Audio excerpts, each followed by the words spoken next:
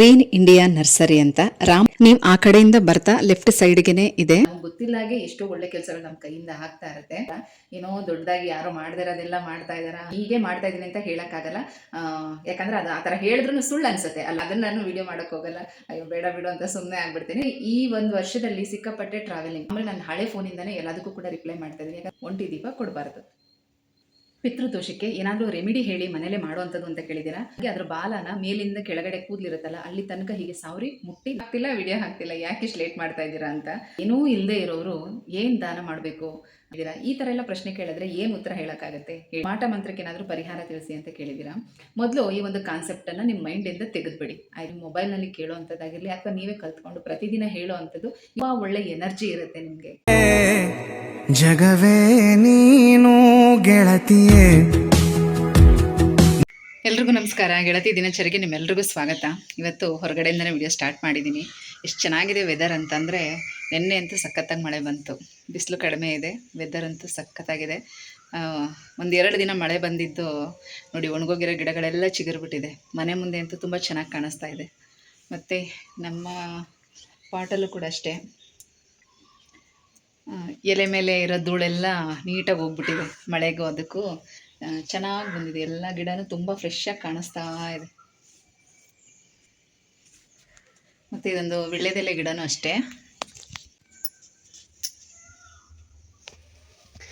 ಪುಟ್ಟು ಎಲೆ ತುಂಬ ಚೆನ್ನಾಗಿ ಚಿಗುರ್ತಾ ಇದೆ. ಎಷ್ಟು ದಿನ ಆಗಿತ್ತು ಅಂದರೆ ಸುಮಾರು ಒಂದು 6-7 ತಿಂಗಳು ಮೇಲೇ ಆಗಿತ್ತು. ಈ ಗಿಡ ಸರಿಯಾಗಿ ಎಲೆಗಳು ಚಿಗುರ್ತಾನೆ ಇರಲಿಲ್ಲ. ಈಗ ಚೆನ್ನಾಗಿ ಚಿಗುರ್ತಾ ಇದೆ. ಪುಟ್ಟದಾಗಿ ಎಲೆ ಕೂಡ ತುಂಬ ಚೆನ್ನಾಗಿ ಕಾಣಿಸ್ತಾ ಇದೆ. ಒಂದಷ್ಟು ಚೇಂಜಸ್ ಮಾಡಿದ್ದೀನಿ. ಇದೆಲ್ಲ ಜೇಡ್ ಪ್ಲ್ಯಾಂಟ್ ತೊಗೊಂಡು ಬಂದಿದೆ. ಇದಕ್ಕೆಲ್ಲ ಇವಾಗ ಸೆರಾಮಿಕ್ ಪಾಟ್ ತೊಗೊಂಬರಬೇಕು. ಅದು ತೊಗೊಂಡು ಬಂದು ಒಳಗಡೆ ಎಲ್ಲಿ ಜಾಗ ಇದಕ್ಕೆ ಸೂಟ್ ಆಗುತ್ತೆ ಅಂತ ನೋಡಿ ಒಳಗಡೆನೇ ಇಡಬೇಕು. ಮತ್ತು ಇದನ್ನು ಅಷ್ಟೇ, ಇದನ್ನು ಒಳಗಡೆನೇ ಇಡೋಣ ಅಂತ ಅಂದ್ಕೊಂಡಿದ್ದೀನಿ. ಈ ಪಾಟನ್ನು ಅದಕ್ಕೆ ಸ್ವಲ್ಪ ಇಲ್ಲಿ ಚೆನ್ನಾಗಿ ಚೇತರಿಸ್ಕೊಳ್ಳಿ ಅಂತ ಇಟ್ಟಿದ್ದೆ. ಈ ಎಲೆ ಮಾತ್ರ ತುಂಬ ಚೆನ್ನಾಗಿ ಬಂದಿದೆ. ಒಂದೊಂದು ಎಲೆನೂ ತುಂಬ ದೊಡ್ಡದಾಗಿ ಬರ್ತಾ ಇದೆ. ನೋಡಬೇಕು ಇದಕ್ಕೆಲ್ಲ ಜಾಗ ಎಲ್ಲೆಲ್ಲಿ ಅಡ್ಜಸ್ಟ್ ಮಾಡಬೇಕು ಅಂತ ನೋಡಬೇಕು. ಇದು ಒಂದು ಕಾಮಕಸ್ತೂರಿ ಗಿಡ. ಇದೊಂದೇ ಒಂದು ಕಡ್ಡಿ ಇತ್ತು, ಅಮ್ಮನ ಮನೆಯಿಂದ ತೊಗೊಂಡು ಬಂದಿದ್ದು. ನೋಡಿ ಈ ಕೆಳಗಡೆ ಇದೆಲ್ಲ ಒಣಗೋಗಿದೆ, ಇಲ್ಲಿ ಮಾತ್ರ ಮುಂದೆ ಚಿಗುರಿರೋದಷ್ಟೇ. ಇದ್ರದ್ದು ಮುಂದೆ ಕುಡಿ ಬರುತ್ತಲ್ಲ, ಅದನ್ನು ಕಟ್ ಮಾಡಿದ್ದೆ. ಪಕ್ಕದಲ್ಲೇ ಎಲ್ಲ ಕೌಲು ಹೊಡ್ಕೊಂಡು ಚಿಗುರಿದೆ. ಈ ಪಕ್ಕದಲ್ಲಿ ಬಂದಿರೋ ಕಡ್ಡಿ ತುಂಬ ಹೆಲ್ದಿಯಾಗಿ ಚೆನ್ನಾಗಿ ಬಂದಿದೆ. ಮುಟ್ಟಿದ್ರೆ ಸಾಕು ಘಮ ಅಂತ ಸ್ಮೆಲ್ ಬರುತ್ತೆ. ಒಂದೊಂದು ದಿನ ಪೂಜೆಗೆ, ಅರ್ಚನೆಗೆ, ಲಕ್ಷ್ಮಿಗೆ ಇಡೋದಕ್ಕೆ ತುಂಬ ಚೆನ್ನಾಗಿ ಕಾಣಿಸ್ತಾ ಇರುತ್ತೆ.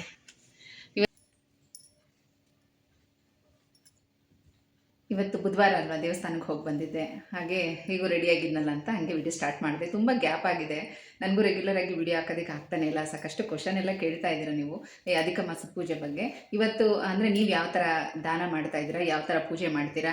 ಯಾಕಂದರೆ ಈಗ ನಾನು ಒಂದಷ್ಟು ವಿಡಿಯೋದಲ್ಲಿ ನಿಮ್ಗೆ ಹೇಳ್ತೀನಿ ಅಂದರೆ ನಾನು ಯಾವ ಥರ ಮಾಡ್ಬೋದು ಅನ್ನೋದು ಕ್ಯೂರಿಯಾಸಿಟಿ ನಿಮ್ಗೆ ಇದ್ದೇ ಇರುತ್ತೆ ಅಲ್ವಾ.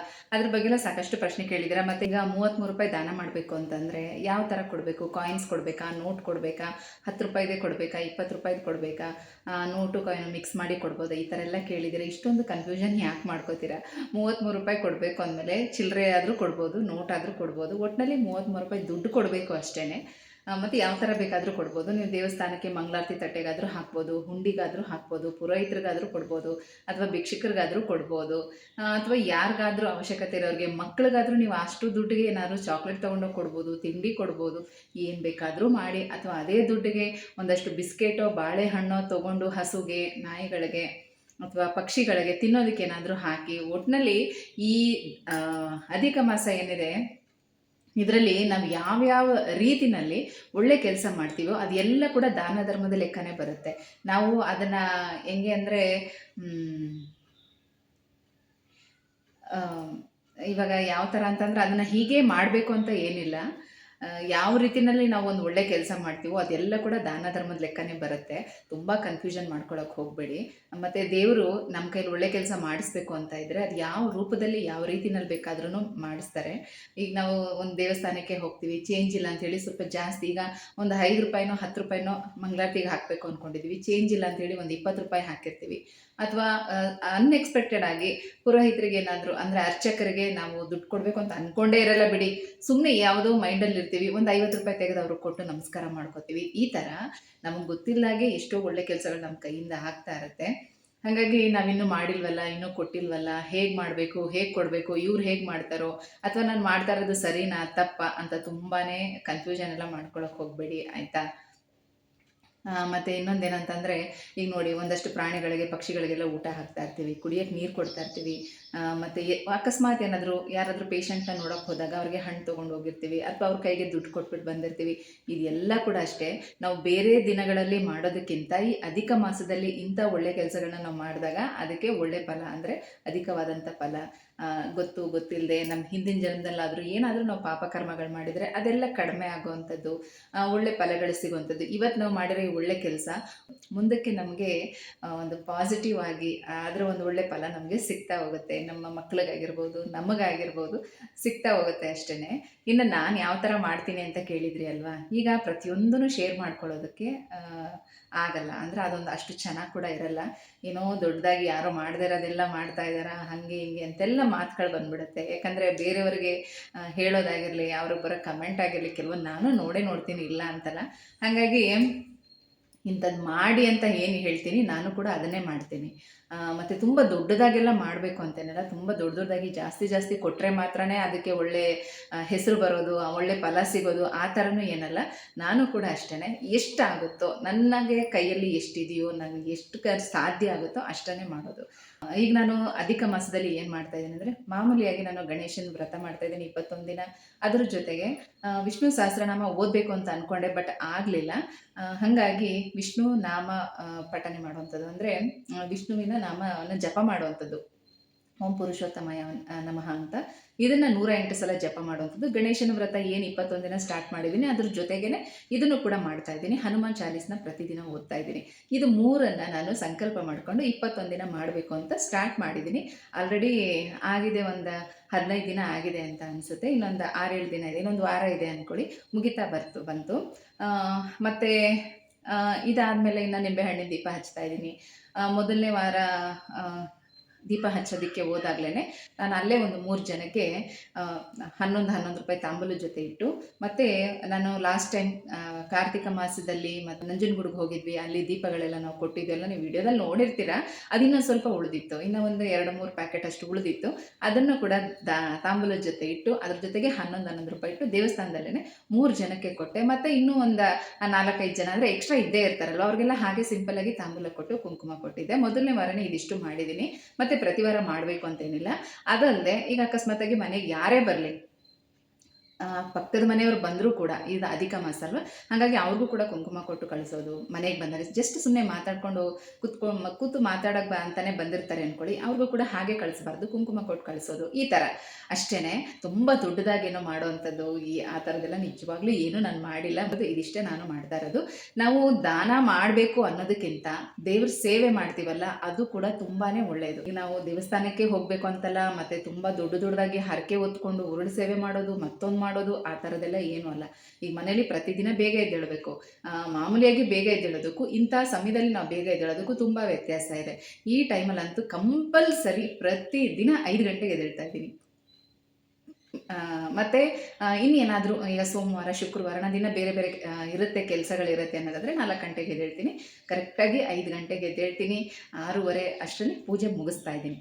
ಈ ರೀತಿ ಮಾಡ್ಕೊಂಡು ಹೋಗ್ತಾ ಇದ್ದೀನಿ. ಎಲ್ಲೋ ಒಂದು ದಿನ ಮಾತ್ರ ಏನಾದರೂ ರಾತ್ರಿ ತುಂಬ ಮಲಗೋದು ಲೇಟಾಗಿ ಬೆಳಗ್ಗೆ ಎದ್ದಿದ್ರೆ 6 ಗಂಟೆ ಹಂಗೆ ಎದ್ದಿರ್ತೀನಿ. ಅಂಥ ಟೈಮಲ್ಲಿ ಬೇಗ ಕೆಲಸ ಆಗಲಿಲ್ಲ ಅಂದರೆ ಲೇಟಾಗಿ ಸ್ವಲ್ಪ ಪೂಜೆ ಮಾಡಿದ್ದೀನಿ. 1 ದಿನ 2 ದಿನ ಈ ರೀತಿ ಮಿಸ್ ಆಗಿದೆ ಅಷ್ಟೇ. ಕಂಟಿನ್ಯೂಸ್ ಆಗಿ ನಾನು ಹೀಗೆ ಮಾಡ್ತಾ ಇದ್ದೀನಿ ಅಂತ ಹೇಳೋಕ್ಕಾಗಲ್ಲ. ಯಾಕಂದರೆ ಅದು ಆ ಥರ ಹೇಳಿದ್ರೂ ಸುಳ್ಳು ಅನಿಸುತ್ತೆ ಅಲ್ವಾ. ಯಾರ ಕೈಲೂ ಆ ಥರ ಮಾಡೋದಕ್ಕೆ ಸಾಧ್ಯನೇ ಇಲ್ಲ.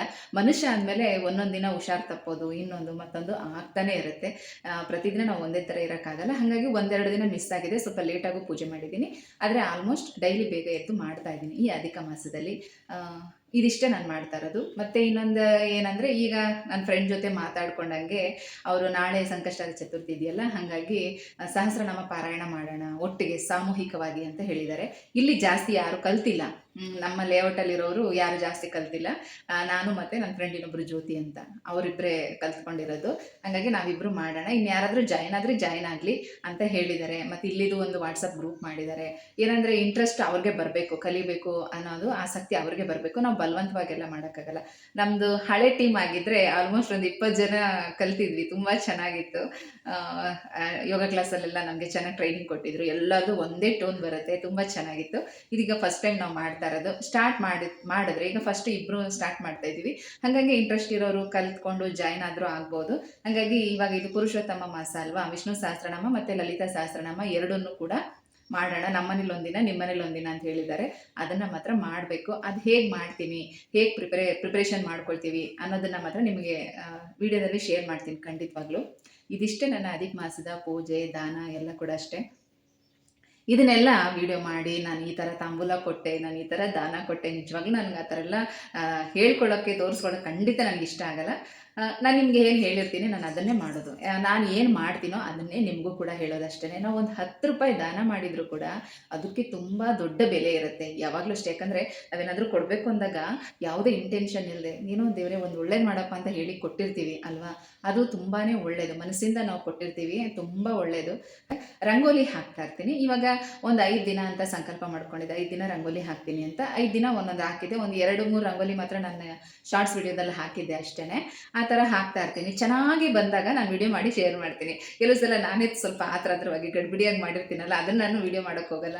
ಅಯ್ಯೋ ಬೇಡ ಬಿಡು ಅಂತ ಸುಮ್ಮನೆ ಆಗ್ಬಿಡ್ತೀನಿ. ತುಂಬ ಚೆನ್ನಾಗಿ ಬಂದಿರೋದು, ನನಗೆ ಇಷ್ಟ ಆಗುವಂಥದ್ದನ್ನು ಮಾತ್ರ ನಾನು ವಿಡಿಯೋ ಮಾಡ್ಕೊಳ್ತೀನಿ ಅಷ್ಟೇ.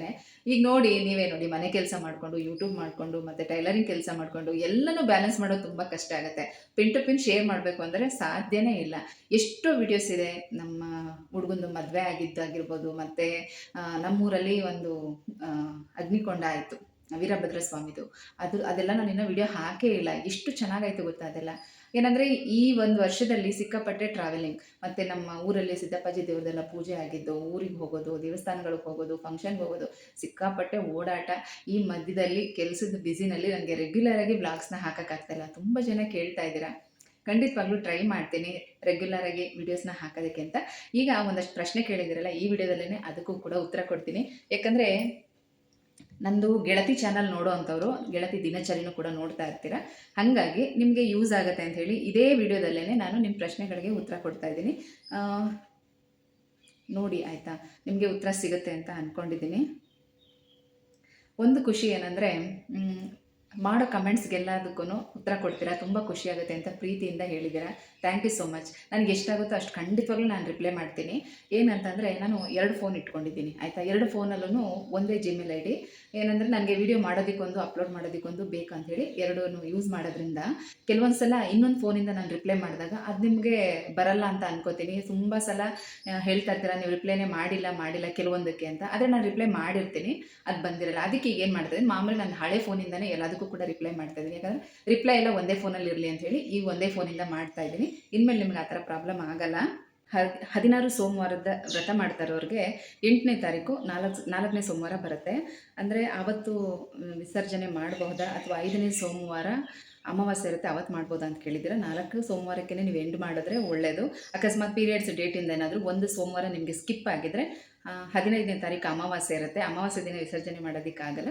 ಅವತ್ತು ಪೂಜೆ ಮಾಡಿ ಎಲ್ಲ ಕದಲಿಸಿ ಮಂಗಳವಾರ ಬೆಳಗ್ಗೆ ಬೇಕಾದರೆ ವಿಸರ್ಜನೆ ಮಾಡ್ಬೋದು. ದೀಪದಾನದ ಬಗ್ಗೆ ಕೇಳಿದ್ದೀರಾ. ನಾನು ಅದ್ರ ಬಗ್ಗೆ 2-3 ವಿಡಿಯೋ ಹಾಕಿದ್ದೀನಿ, ಅಂದರೂ ಕೂಡ ಮತ್ತೆ ಕಮೆಂಟ್ ಮಾಡಿದ್ದೀರಾ. ಮೋಸ್ಟ್ಲಿ ವಿಡಿಯೋ ಸ್ಕಿಪ್ ಮಾಡಿ ನೋಡಿದ್ದೀರಾ ಅಂತ ಅಂದ್ಕೊಂಡಿದ್ದೀನಿ. ಹಿತ್ತಾಳೆ ದೀಪ ಆದರೆ ಮಾತ್ರ ಹಚ್ಚಿ ಅದನ್ನು ದೇವಸ್ಥಾನಕ್ಕೆ ಕೊಡಬೇಕು. ಮಣ್ಣಿನ ದೀಪ ಕೊಡೋರಾದರೆ ತಾಂಬೂಲದ ಜೊತೆ ಹಾಗೆ ಇಟ್ಟು ಕೊಡಬೇಕು, ಗೊತ್ತಾಯ್ತಾ. ನೀವು ದೇವಸ್ಥಾನಕ್ಕೆ ಕೊಡಿ ಅಥವಾ ತಾಂಬೂಲದ ಜೊತೆನೇ ಕೊಡಿ, ಜೋಡಿ ದೀಪನೇ ಕೊಡಬೇಕು, ಒಂಟಿ ದೀಪ ಕೊಡಬಾರ್ದು. ಪಿತೃದೋಷಕ್ಕೆ ಏನಾದರೂ ರೆಮಿಡಿ ಹೇಳಿ ಮನೇಲೇ ಮಾಡುವಂಥದ್ದು ಅಂತ ಕೇಳಿದ್ದೀರಾ. ಪಿತೃದೋಷ ನಿವಾರಣೆಗೆ ಕಾಗೆಗೆ ಏನಾದರೂ ತಿನ್ನಕ್ಕೆ ಕೊಡಬೇಕು, ಮತ್ತು ಹಸುಗಳಿಗೆ ಏನಾದರೂ ಪ್ರತಿದಿನ ಚಪಾತಿ ಅಥವಾ ಬಾಳೆಹಣ್ಣು ಈ ಥರ ತಿನ್ನೋದಕ್ಕೆ ಕೊಟ್ಟು ಅದರ ಬಾಲನ ತುದಿ ತನಕ ಸವರಿ ಮುಟ್ಟಿ ನಮಸ್ಕಾರ ಮಾಡ್ಕೋಬೇಕು. ಕೆಲವು ಹಸುಗಳು ಮುಟ್ಟಿಸ್ಕೊಳ್ಳೋದಿಲ್ಲ, ಒದಿಯುತ್ತೆ. ನೋಡಿಕೊಂಡು ನಿಧಾನವಾಗಿ ಅದರ ಬಾಲನ ಮೇಲಿಂದ ಕೆಳಗಡೆ ಕೂದಲಿರುತ್ತಲ್ಲ ಅಲ್ಲಿ ತನಕ ಹೀಗೆ ಸವರಿ ಮುಟ್ಟಿ ನಮಸ್ಕಾರ ಮಾಡ್ಕೋಬೇಕು. ಹಸುವಿನ ಬಾಲನ ಮುಟ್ಟಿ ನಮಸ್ಕಾರ ಮಾಡ್ಕೊಳ್ಳೋದ್ರಿಂದ ಪಿತೃದೋಷ ತುಂಬ ಬೇಗ ನಿವಾರಣೆ ಆಗುತ್ತೆ. ಮತ್ತು ನಿಮ್ಮನೇಲಿ ಪಿತೃಪಕ್ಷ ಆಚರಣೆ ಏನಾದರೂ ಇಲ್ಲ ಅಂದರೆ ತರ್ಪಣ ಬಿಡುವಂಥದ್ದು ಆ ಥರದ್ದೆಲ್ಲ ನೋಡಿ ಮಾಡ್ಕೊಳ್ಳಿ ಪಿತೃಪಕ್ಷದ ಸಮಯದಲ್ಲಿ. ಅದು ಬಿಟ್ಟರೆ ನಿಮ್ಗೆ ತುಂಬ ಈಸಿ ಆಗೋವಂಥದ್ದು ಅಂದರೆ ಹಸುಗಳಿಗೆ ಏನಾದರೂ ತಿನ್ನಿಸೋದು ಮತ್ತು ಅದರ ಬಾಲನ ಮುಟ್ಟಿ ನಮಸ್ಕಾರ ಮಾಡ್ಕೊಳ್ಳೋವಂಥದ್ದು ತುಂಬ ಒಳ್ಳೆಯದು. ಮತ್ತು ಇನ್ನೂ ಯಾರಾದರೂ ದೀಪಾರಾಧನೆ ಆಗಿರಲಿ, ರಂಗೋಲಿ ಆಗಿರಲಿ ಇಂಥದ್ದೆಲ್ಲ ಹಾಕಿಲ್ಲ, ಮಾಡಿಲ್ಲ ಅಧಿಕ ಮಾಸದಲ್ಲಿ ಅಂದರೆ 15ನೇ ತಾರೀಕು ಒಳಗಡೆ ಮಾಡಿಬಿಡಿ. ಯಾವತ್ತು ಬೇಕಾದರೂ ಮಾಡ್ಬೋದು. ನೀವು ಯಾವುದೇ ವಾರ ಯಾವುದೇ ದಿನ ಮಾಡ್ಬೋದು, ಮನೇಲಿ ಅಥವಾ ದೇವಸ್ಥಾನದಲ್ಲಿ. ಮನೇಲಿ ಹಚ್ಚೋದಾದರೆ ದೇವ್ರ ಮನೇಲೂ ಹಚ್ಬೋದು, ತುಳಸಿ ಗಿಡದ ಮುಂದೆನೂ ಹಚ್ಬೋದು, ಅಥವಾ ದೇವಸ್ಥಾನದಲ್ಲೂ ಕೂಡ ಹಚ್ಬೋದು. ಯಾವ ದೇವಸ್ಥಾನದಲ್ಲಾದ್ರೂ ಹಚ್ಬೋದು. ತುಂಬ ಜನ ಕೇಳೋದು ಅದೇ ಪ್ರಶ್ನೆ, ಯಾಕೆ ವಿಡಿಯೋ ಹಾಕ್ತಿಲ್ಲ, ಯಾಕೆ ಇಷ್ಟು ಲೇಟ್ ಮಾಡ್ತಾ ಇದ್ದೀರಾ ಅಂತ. ಸ್ವಲ್ಪ ಕೆಲಸ ಇದೆ.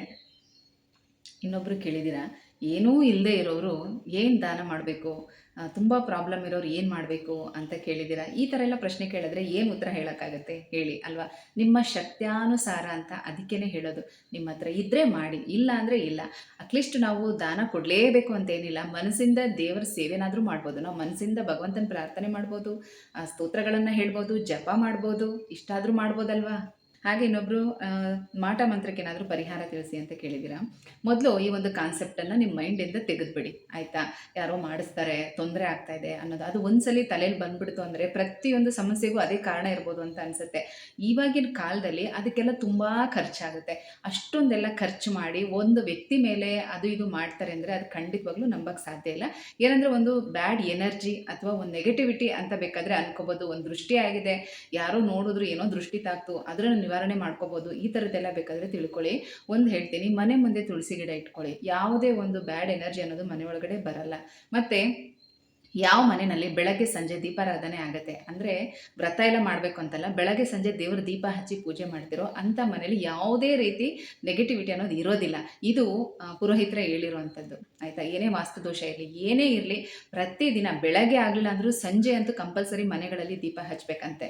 ಹಾಗಾಗಿ ಯಾವ ಮನೆಯಲ್ಲಿ 2 ಹೊತ್ತು ದೀಪಾರಾಧನೆಗಳಾಗುತ್ತೋ ಅಂಥ ಮನೇಲಿ ಯಾವುದೇ ರೀತಿ ದೋಷಗಳು ಇರೋದಿಲ್ಲ, ನೆಗೆಟಿವಿಟಿ ಅನ್ನೋದು ಇರೋದಿಲ್ಲ. ಏನಂದರೆ ಒಂದೊಂದು ಸ್ವಲ್ಪ ನಮ್ಮ ಗ್ರಹಗತಿಗಳಾಗಿರ್ಬೋದು, ನಮ್ಮ ಕರ್ಮ ಫಲಗಳಾಗಿರ್ಬೋದು, ಅದರಿಂದ ಏನೋ ಒಂದಷ್ಟು ಸಮಸ್ಯೆಗಳನ್ನ ಅನುಭವಿಸ್ಬೋದು. ಬಿಟ್ಟರೆ ಈ ಥರದ್ದೆಲ್ಲ ತೊಂದರೆ ಒಂದು ಮನೆಯಿಂದ ಆಗಲಿ, ಒಂದು ಮಾಟ ಮಂತ್ರದಿಂದಾಗಲಿ ಆಗುತ್ತೆ ಅನ್ನೋದೆಲ್ಲ ಸುಳ್ಳು. ಅಂಥದ್ದೆಲ್ಲ ಏನೂ ಆಗಲ್ಲ. ನಿಮಗೆ ಅಷ್ಟು ಮೀರಿ ಭಯ ಇತ್ತು ಅಂದರೆ ಆಗಾಗ ನೀವು ಅಮಾವಾಸ್ಯೆ, ಹುಣ್ಣಿಮೆಗೆ ದೇವಸ್ಥಾನಗಳಲ್ಲೆಲ್ಲ ತಡೆ ಹೊಡೆಯೋದು ಅಂತೆಲ್ಲ ಮಾಡ್ತಾರಲ್ವ, ಆ ಥರದನ್ನು ಮಾಡಿಸ್ಕೊಳ್ಳಿ. ಮತ್ತು ಕಾಲಭೈರವೇಶ್ವರನ್ನ ತುಂಬ ಹೆಚ್ಚಾಗಿ ಆರಾಧನೆ ಮಾಡಿ.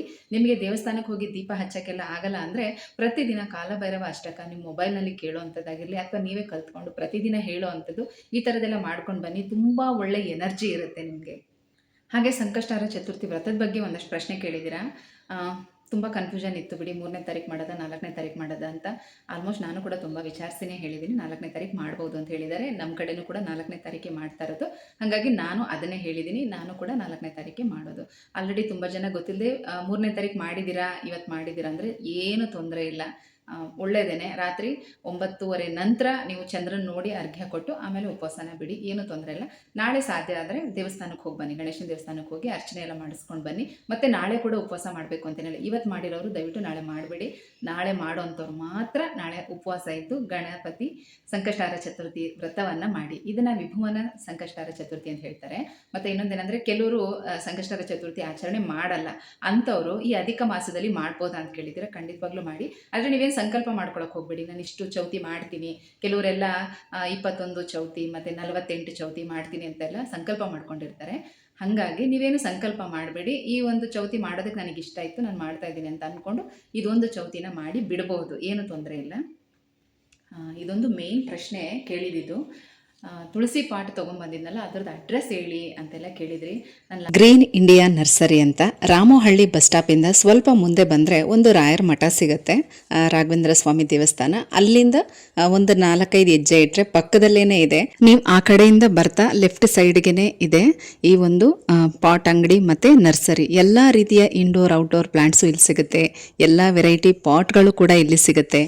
ಇಲ್ಲಿ ಸಾಕಷ್ಟು ನರ್ಸರಿ, ಈ ರೀತಿ ಪಾಟ್ ಅಂಗಡಿಗಳು ತುಂಬಾ ಇದೆ. ಒಂದು 4 ಕಡೆ ಸುತ್ತಾಡಿ ಎಲ್ಲಿ ನಿಮಗೆ ಕಡಿಮೆಗೆ ಸಿಗುತ್ತೋ ಅಲ್ಲಿ ತೊಗೋಬೋದು. ಈಗಂತೂ ಎಲ್ಲ ರೇಟು ಜಾಸ್ತಿ ಆಗಿದೆ. ತುಂಬಾ ವೆರೈಟಿ ಪಾಟ್ಗಳಿತ್ತು, ಅಲ್ಲದೆ ಎಲ್ಲ ಕೂಡ ಹೊಸ ಸ್ಟಾಕ್ಗಳು. ತುಳಸಿ ಪಾಟು, ತುಳಸಿ ಬೃಂದಾವನ ನನಗೂ ನೋಡಿ ತುಂಬಾ ಇಷ್ಟ ಆಯಿತು. ತುಂಬ ಒಳ್ಳೊಳ್ಳೆ ಡಿಸೈನ್ಸ್ ಮತ್ತು ಒಳ್ಳೊಳ್ಳೆ ಕಲರ್ಸ್ ಬಂದಿದೆ. ಬಟ್ ರೇಟ್ ಸ್ವಲ್ಪ ಜಾಸ್ತಿನೇ ಇತ್ತು. ಆದರೆ ಆನ್ಲೈನ್ಗಿಂತ ಪರವಾಗಿಲ್ಲ ಅಂತ ಅನ್ನಿಸ್ತು. ಮಿನಿಮಮ್ 300 ಮೇಲೇ ಇದೆ. ಈಗ ನೀವು ನೋಡ್ತಾ ಇದ್ದೀರಲ್ಲ, ಇದು ಹೊಸ ವೆರೈಟಿ. ಈ ಸಲನೇ ಈ ಥರ ಡಿಸೈನ್ ಪಾಟ್ಗಳು ಬಂದಿರೋದು. ನಾನು ಆಲ್ಮೋಸ್ಟ್ ಆಗಾಗ ಇಲ್ಲಿ ಬರ್ತಾ ಇರ್ತೀನಿ, ಸಣ್ಣ ಸಣ್ಣದು ಏನಾದರೂ ಇಂಡೋರ್ ಪ್ಲ್ಯಾಂಟ್ಸ್ಗಳನ್ನ ಹಾಕೋದಕ್ಕೆ ಅಂತ ಹೇಳಿ ಈ ಥರ ಸೆರಾಮಿಕ್ ಪಾಟ್ಗಳೆಲ್ಲ ತೊಗೊಳ್ಳೋದಕ್ಕೆ, ಅಥವಾ ಸುಮ್ಮನೆ ಹಾಗೆ ಒಂದು ಸಲ ನೋಡಿಕೊಂಡು ಫೋಟೋ ವಿಡಿಯೋ ತಕ್ಕೊಂಡು ಹೋದರೆ ಇನ್ಯಾವಾಗಲಾದರೂ ಬೇಕಾದರೆ ಆ ಡಿಸೈನ್ ಹುಡ್ಕೊಂಡು ಬರ್ಬೋದು ಅಂಥೇಳಿ ಆಗಾಗ ಸುಮ್ಮನೆ ಬರ್ತಾನೆ ಇರ್ತೀನಿ. ರಾಮೋಹಳ್ಳಿ ಬಸ್ ಸ್ಟಾಪಿಂದ ಸ್ವಲ್ಪ ಮುಂದೆ ಹೋದರೆ ಅಲ್ಲೇ ಸಿಕ್ಕಾಪಟ್ಟೆ ಇಲ್ಲಿ ಬರೀ ನರ್ಸರಿಗಳು ಮತ್ತು ಈ ಥರ ಪಾಟ್ಗಳನ್ನ ಮಾರುವಂಥದ್ದು ತುಂಬ ಜಾಸ್ತಿ ಇದೆ. ನೀವು ಅದು ನೋಡಿ. ಮತ್ತು ಇನ್ನೊಂದಷ್ಟು ಜನ ಆನ್ಲೈನಲ್ಲಿ ಕಳಿಸ್ತಾರ, ಕೇಳಿ ನೋಡಿ ವಿಚಾರಿಸಿ ನಮಗೆ ಕಳಿಸ್ಕೊಡಿ ಅಂತ ಕೇಳ್ತಾ ಇದ್ದೀರಾ. ಏನಂದರೆ ಇದು ಸೆರಾಮಿಕ್ ಪಾಟ್ಗಳು, ತುಂಬ ದೂರ ಎಲ್ಲ ನಿಜವಾಗ್ಲೂ ಕಳ್ಸೋಕ್ಕೆ ಆಗೋದೇ ಇಲ್ಲ. ಇಲ್ಲಿ ಬಂದಾಗಲೇ ತೊಗೊಂಡು ಹೋಗ್ಬೇಕಷ್ಟೇ. ನಿಜವಾಗ್ಲೂ ಆನ್ಲೈನ್ಗಿಂತ ಪ್ರೈಸ್ ಪರವಾಗಿಲ್ಲ ಅನ್ನಿಸ್ತು. ಬಟ್ ಈಗೀಗ ಸ್ವಲ್ಪ ಜಾಸ್ತಿ ಆಗ್ತಾಯಿದೆ ರೇಟ್, ಅಲ್ಲೂ ಕೂಡ ಜಾಸ್ತಿ ಆಗ್ತಿದೆ. ನಾನು ಫಸ್ಟ್ ಟೈಮ್ ತೊಗೊಂಡು ಬಂದಿದ್ದು 250ಗೆಲ್ಲ ತೊಗೊಂಡು ಬಂದಿದ್ದೆ. ಈಗ ಅದನ್ನೇ 350 400 ಹೇಳ್ತಾ ಇದ್ದಾರೆ. ಏನು ಮಾಡೋಕ್ಕಾಗತ್ತೆ, ಕಸ್ಟಮರ್ ಜಾಸ್ತಿ ಆಗ್ತಾ ಇದ್ದಂಗೆ ಅವರು ಕೂಡ ರೇಟನ್ನು ಜಾಸ್ತಿ ಮಾಡ್ತಾ ಇದ್ದಾರೆ. ಬಟ್ ಆದ್ರೂ ಆನ್ಲೈನ್ಗಿಂತ ಪರವಾಗಿಲ್ಲ. ಅದರಲ್ಲಿ ಚಿಕ್ಕ ಚಿಕ್ಕ ಪಾಟ್ಗಳೇ 700 800 ಆ ಥರ ಇದೆ. ಬಟ್ ಇಲ್ಲಿ ಹೋಲ್ಸೇಲ್ ರೇಟು ಮತ್ತು ಇಲ್ಲೇ ಓನಾಗಿ ಅವರು ಮ್ಯಾನುಫ್ಯಾಕ್ಚರ್ ಮಾಡಿ ಅವರು ಸಪ್ಲೈ ಮಾಡ್ತಾ ಇರೋದ್ರಿಂದ ರೇಟ್ ಕಡಿಮೆ ಇದೆ. ನೀವು ಬಂದರೆ ಸುಮಾರು ಕಡೆ ವಿಚಾರಿಸ್ಕೊಂಡು ಇಲ್ಲಿ ತೊಗೋಬೋದು. ಒಳ್ಳೊಳ್ಳೆ ನರ್ಸರಿಗಳಿದೆ, ಒಳ್ಳೊಳ್ಳೆ ಪ್ಲ್ಯಾಂಟ್ಗಳು ತುಂಬ ಚೆನ್ನಾಗಿದೆ. ನಾನು ಇನ್ನೂ ಕಂಪ್ಲೀಟಾಗಿ ಯಾವುದು ನೋಡೇ ಇಲ್ಲ, 1-2 ಕಡೆ ಹೋಗಿದ್ದೀನಿ ನಾನು ಅಷ್ಟೇ. ನೋಡುವಾಗೆಲ್ಲ ಆಸೆ ಆಗುತ್ತೆ ಇಲ್ಲೆಲ್ಲ ಹೋಗಿ ಸುತ್ತಾಡಬೇಕು, ನೋಡಬೇಕು ಅಂತ. ಬಟ್ ಟೈಮ್ ಸಿಗಬೇಕಲ್ಲ ಅದಕ್ಕೆಲ್ಲ, ಮತ್ತು ಜೊತೆಗೆ ಯಾರಾದರೂ ಇರಲೇಬೇಕು. ಹಾಗಾಗಿ ನನಗೂ ಕೂಡ ಜಾಸ್ತಿ ಹೋಗೋಕ್ಕಾಗ್ತಾ ಇಲ್ಲ. ರೇಟ್ ಎಲ್ಲ ಕೇಳಿದ್ರಿ, ಸೈಜ್ ವೈಸ್ ರೇಟ್ ಹೋಗುತ್ತೆ. ಮತ್ತು ಈ ಸಲ ನಾನು ಹೋದಾಗ ನಮ್ಮ ಅಮ್ಮ ಅವ್ರಿಗೆ ಪಾಟ್ ತೊಗೋಬೇಕು ಅಂತ ಹೋಗಿದ್ದಾಗ ತುಂಬ ವೆರೈಟೀಸ್ ಬಂದಿದೆ. ನನಗೂ ತುಂಬಾ ಖುಷಿ ಆಯಿತು. ಜಾಗ ದೊಡ್ಡದಾಗಿತ್ತು ಮನೆ ಮುಂದೆ, ಅಂದರೆ ತುಂಬ ಚೆನ್ನಾಗಿರೋ ಒಳ್ಳೊಳ್ಳೆ ಪಾಟ್ಗಳಿದೆ. ಎಲ್ಲ ತಂದು ನೀಟಾಗಿ ಆರ್ಗನೈಸ್ ಮಾಡಿಕೊಂಡು ಒಳ್ಳೊಳ್ಳೆ ಪ್ಲ್ಯಾಂಟ್ಸ್ನ ಹಾಕೋಬೋದು. ತುಂಬ ಚೆನ್ನಾಗಿದೆ. ಮತ್ತು ತುಳಸಿ ಪಾಟು ಅಷ್ಟೇ ತುಂಬ ಚೆನ್ನಾಗಿದೆ. ಹಾಗಾಗಿ ನೀವು ಆದಷ್ಟು ಒಂದ್ಸಲ ಇಲ್ಲೇ ವಿಸಿಟ್ ಮಾಡಿದ್ರೇ ಒಳ್ಳೆಯದು. ನಿಮಗೆ ಅಡ್ರೆಸ್ ಇನ್ನೊಂದ್ಸಲಿ ನಾನು ಹೇಳ್ತಾ ಇದ್ದೀನಿ, ಬೇಕು ಅಂದರೆ ನಾನು ಆ ವಿಡಿಯೋ ಲಿಂಕ್ ಹಾಕಿರ್ತೀನಿ, ನೀವು ಅದರಲ್ಲಿ ನೀಟಾಗಿ ಅಡ್ರೆಸ್ನ ತಿಳ್ಕೊಬೋದು. ಏನು ತುಂಬ ಹುಡ್ಕೋ ಥರನೂ ಏನೇನೂ ಇಲ್ಲ. ರಾಮೋಹಳ್ಳಿ ಬಸ್ ಸ್ಟಾಪ್ ಹತ್ರ ಬಂದರೆ ಅಲ್ಲಿಂದ ಬೈ ವಾಕ್ ಒಂದು 5 ಮೀಟರ್ 10 ಮೀಟರ್ ಅಷ್ಟೇ ಒಂದು ರಾಘವೇಂದ್ರ ಸ್ವಾಮಿ ಮಠ ಇದೆ. ಆ ಮಠದ ಪಕ್ಕದಲ್ಲೇ ಅದು ಪಾಟೆಲ್ಲ ಮಾರ್ತಾರಲ್ಲ, ಅದು ಅಂಗಡಿ ಇರೋದು. ತುಂಬ ದೊಡ್ಡದಾಗಿದೆ. ಅಲ್ಲೇ ಮ್ಯಾನುಫ್ಯಾಕ್ಚರ್ ಮಾಡ್ತಾರೆ. ಸೆರಾಮಿಕ್ ಪಾಟು ಸಿಗುತ್ತೆ, ಪ್ಲಾಸ್ಟಿಕ್ ಪಾಟು ಸಿಗುತ್ತೆ, ಪ್ಲ್ಯಾಂಟ್ಸ್ಗಳು ಸಿಗುತ್ತೆ, ಇಂಡೋರು ಔಟ್ಡೋರು ವಾಸ್ತು ಪ್ಲ್ಯಾಂಟ್ಗಳು ಪ್ರತಿಯೊಂದು ಕೂಡ ಅಲ್ಲಿ ಸಿಗುತ್ತೆ. ಬಂದು ನೋಡಿ ಒಂದ್ಸಲ. ಇದಿಷ್ಟು ಕೂಡ ಇವತ್ತಿನ ಬ್ಲಾಗ್. ಅಂದರೆ ಇದರಲ್ಲಿ ನಾನು ಇವತ್ತೇನು ಬ್ಲಾಗ್ ಎಲ್ಲ ಶೇರ್ ಮಾಡೋಕ್ಕಾಗಲಿಲ್ಲ, ತುಂಬ ದಿನ ಗ್ಯಾಪ್ ಆಗಿತ್ತಲ್ಲ ಅಂಥೇಳಿ ನಾನು ಒಂದು ಸ್ವಲ್ಪ ಏನೋ ಕುತ್ಕೊಂಡು ಮಾತಾಡೋಣ ಅಂತ ಈ ವಿಡಿಯೋ ಸ್ಟಾರ್ಟ್ ಮಾಡಿದ್ದು. ನಾನು ಏನು ಮಾಡ್ತೀನೋ ಅದನ್ನಷ್ಟೇ ನಿಮಗೂ ಹೇಳಿರೋದು. ಹಾಗಾಗಿ ತುಂಬ ತಲೆ ಕೆಡಿಸ್ಕೊಬೇಡಿ. ಅವ್ರೇನೋ ಅದನ್ನು ಕೊಟ್ಟರು ಇದನ್ನು ಕೊಟ್ಟರು ನಾವು ಕೊಡೋಕ್ಕಾಗಲಿಲ್ವಲ್ಲ ಅಂತೆಲ್ಲ ಮನಸ್ಸಲ್ಲಿ ಕೊರಗಿಟ್ಕೋಬೇಡಿ. ನಿಮ್ಮ ಕೈಲಿ ಏನಾಗುತ್ತೆ, ನಿಮ್ಮಿಂದ ಏನು ತೊಗೋಬೇಕು ಅಂತ ಭಗವಂತ ಇಚ್ಛೆ ಪಟ್ಟಿರ್ತಾರೋ ಅದನ್ನು ತೊಗೊಂಡಾಗಿರುತ್ತೆ. ಅವರು ತೊಗೊಂಡಿರ್ತಾರೆ. ಹಾಗಾಗಿ ತಲೆ ಕೆಡಿಸ್ಕೊಳ್ಳೋಕೆ ಹೋಗ್ಬೇಡಿ. ಏನು ಸಾಧ್ಯ ಆಗುತ್ತೋ ಅದನ್ನು ಮಾಡಿ. ಒಂದು ಚಿಕ್ಕ ಮಗು ಕೈಗೆ ನೀವು ಒಂದು 50 ರೂಪಾಯಿ ಕೊಡ್ತೀರಾ, ಅದು ತುಂಬ ಖುಷಿಯಿಂದ ಇಸ್ಕೊಳುತ್ತಾ, ಅದು ಕೂಡ ಒಳ್ಳೆಯದೇನೆ. ಅದು ಈ ಅಧಿಕ ಮಾಸದಲ್ಲಿ ಮಾಡುವಂಥದ್ದು ತುಂಬ ಒಳ್ಳೆಯದೇನೆ. ಪ್ರಾಣಿಗಳಿಗೆ ತಿನ್ನೋದಕ್ಕೆ ಏನಾದರೂ ಒಂದು ಸ್ವಲ್ಪ ಕೊಡಿ, ಅದು ಕೂಡ ಒಳ್ಳೆಯದೇನೆ. ಈ ಅಧಿಕ ಮಾಸದಲ್ಲಿ ನೀವು ಏನೇ ಒಳ್ಳೆ ಕೆಲಸ ಮಾಡಿದ್ರು ಅದೆಲ್ಲದರ ಫಲ ಕೂಡ ನಿಮಗೆ ಅಧಿಕವಾಗೇ ಸಿಗುತ್ತೆ. ಮತ್ತಿನ್ನೇನು ನಿಮಗೆ ಡೌಟ್ ಇಲ್ಲ ಅಂದ್ಕೊಳ್ತೀನಿ. ಈ ವಿಡಿಯೋ ಇಷ್ಟ ಆಗಿದ್ರೆ ತಪ್ಪದೆ ಕಮೆಂಟಲ್ಲಿ ತಿಳಿಸಿ, ಆಯಿತಾ?